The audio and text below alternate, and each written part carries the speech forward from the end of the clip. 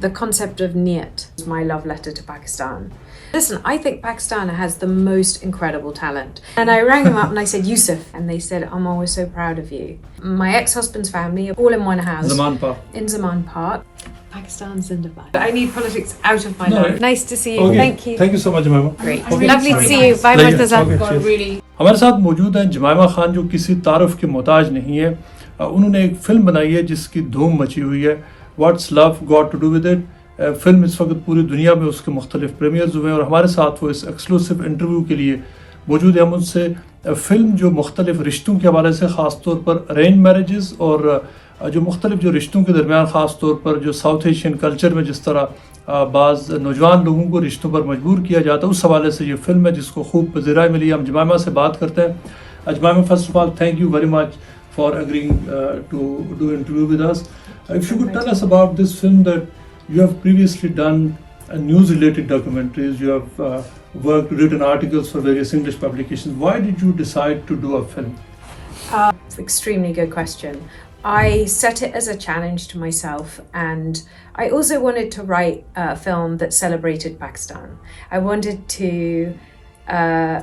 show the colourful, beautiful, joyful place that I knew when I was in Pakistan, as opposed to the Pakistan that we often see on Western screens. You know, quite often in films like Zero Dark 30 or Homeland, you see Muslims and Pakistanis depicted as, you know, the baddies. Yeah. And Pakistan is seen as a really scary, dark place. And so I got a chance to make the rom-com version of Pakistan with working title that invented rom-coms and with this beautiful cast with Sajal Ali, who's a beautiful Pakistani actress and very talented, and Shabana Azmi from India, who's an absolute goddess, and Lily James, who's wonderful, and Emma Thompson, and all these, and Shahzad Latif. And so I wanted to show the Pakistan that I knew. And a celebration. I always call it, from the beginning, I've called it, you know, I've hoped that it would come across as my love letter to Pakistan. This place where I kind of feel like I grew up. I went there when I was 20, I left when I was 30, and I feel it's somewhere that became part of me. You know, I have huge affection for the country and have many Pakistani friends still, and I still get a lot of love from Pakistan. Yeah, you do. And I'm very lucky and very grateful for that. So I just really hope that Pakistanis like it. You talked about the depiction of Pakistan, and there is no doubt that film is actually a beautiful depiction of Pakistan. I've seen it. Thank you. But is the film inspired by, to what extent is the film inspired by your own experience of going to Pakistan at the age of 20, spending 10 years there, 10 very eventful years, and then coming back to London, and then being connected with the country?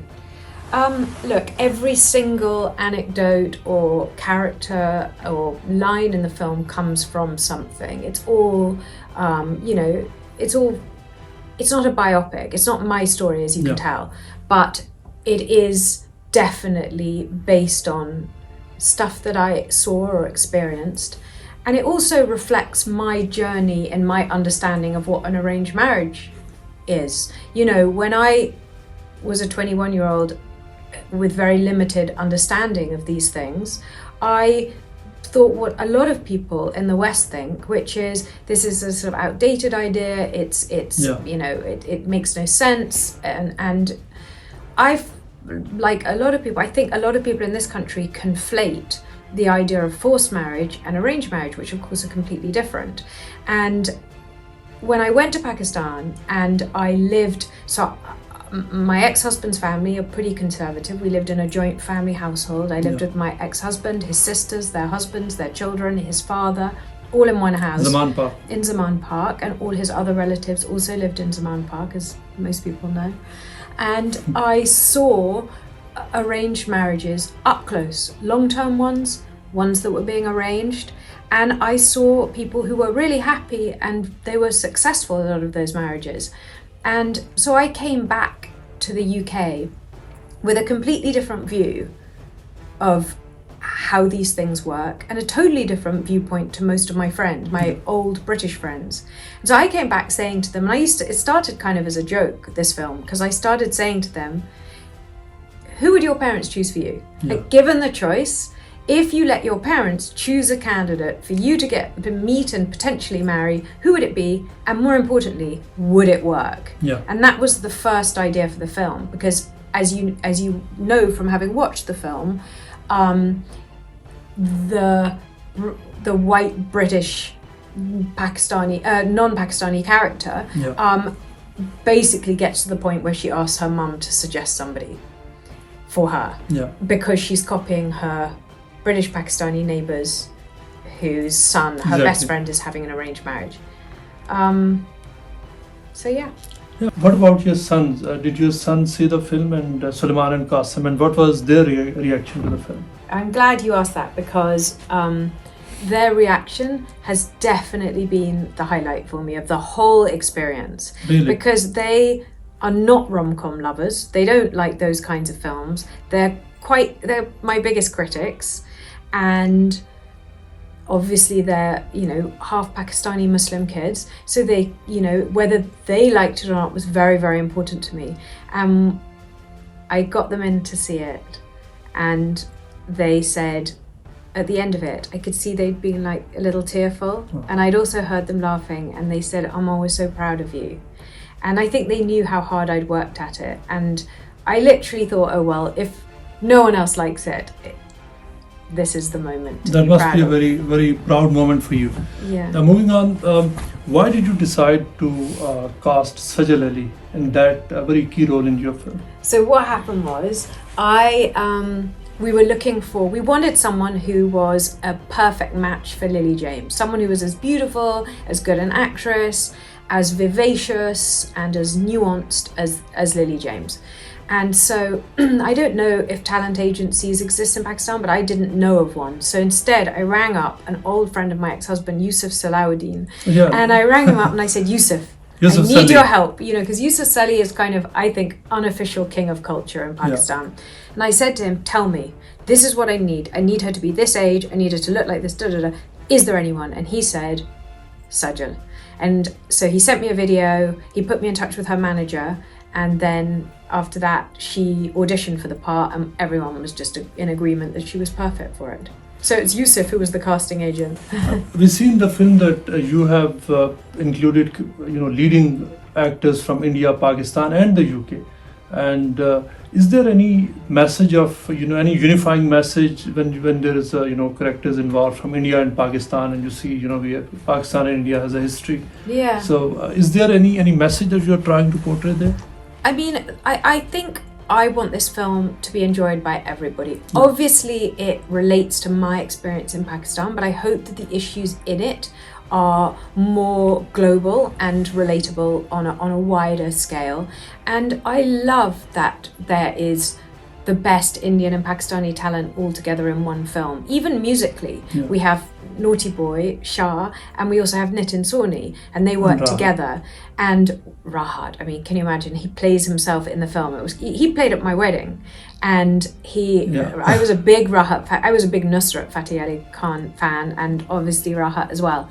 And so to have him play himself in the film and do the music for it. And you know that Lily now sings on that track as well. Yeah. So Lily does the English lyrics. Excellent. So I love that it is a bringing together of different talents from different countries, British Asians, British Pakistanis, British Indians, Pakistanis, Indians, and that's really important to me. And that's why I desperately don't want it to be sullied by politics, and I want it to exist above politics. So how were you able to reimagine and reinvent Pakistan from London? Because the whole film was shot here and... You mean literally? Yeah. We actually had a second, because it was during COVID, so it was very challenging. We couldn't travel or anything. But we got the help of the brilliant Sharmeen Obaid Chinoy, who's my friend, and she helped us by filming a second unit in Lahore. And I just basically said, can you make sure that Lahore looks beautiful in the shots? Are you planning to release this film in India and Pakistan? Yes. Inshallah. It's releasing everywhere in all territories, so...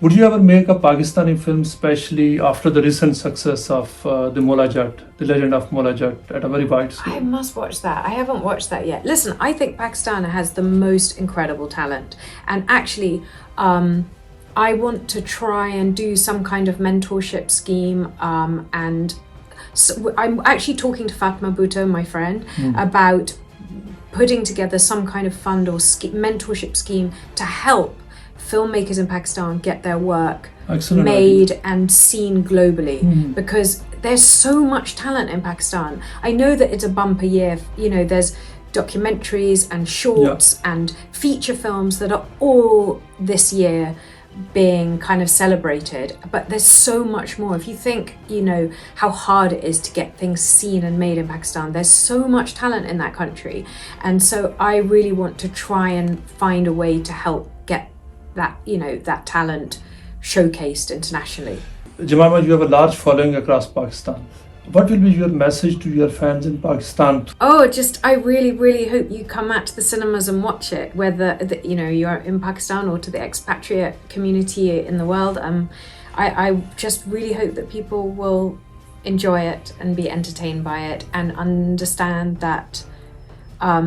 You know, the best thing that it came from my time in Pakistan, the best lesson I learned was the concept of niyat, you know, of intention. Intention, yeah. And I think everything in life, whether you make mistakes or not, we need to live in a world where people judge things by intention. And definitely, I hope people will see that my intention behind making this film was one of love for Pakistan. So you're right, normally I produce documentaries, usually quite serious ones, and television shows for the US and for the UK.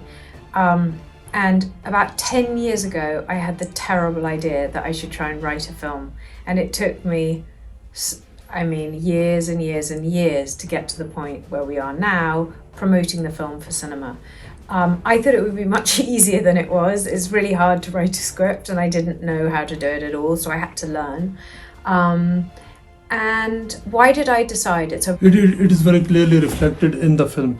Good. But going forward from it, we also see that, you know, whenever you say something on social media, a huge number of Pakistanis come, they send you, you know, love emojis, and many of them actually want you to come back to Pakistan and settle there.